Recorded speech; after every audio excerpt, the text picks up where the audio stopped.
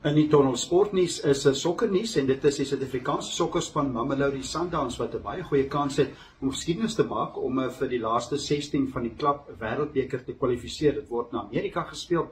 Hulle het 'n moeilike wedstryd. Dit is Woensdag aand wat hulle teen Fluminense speel. Dit is van Brasilië, 'n sterk span van Brasilië.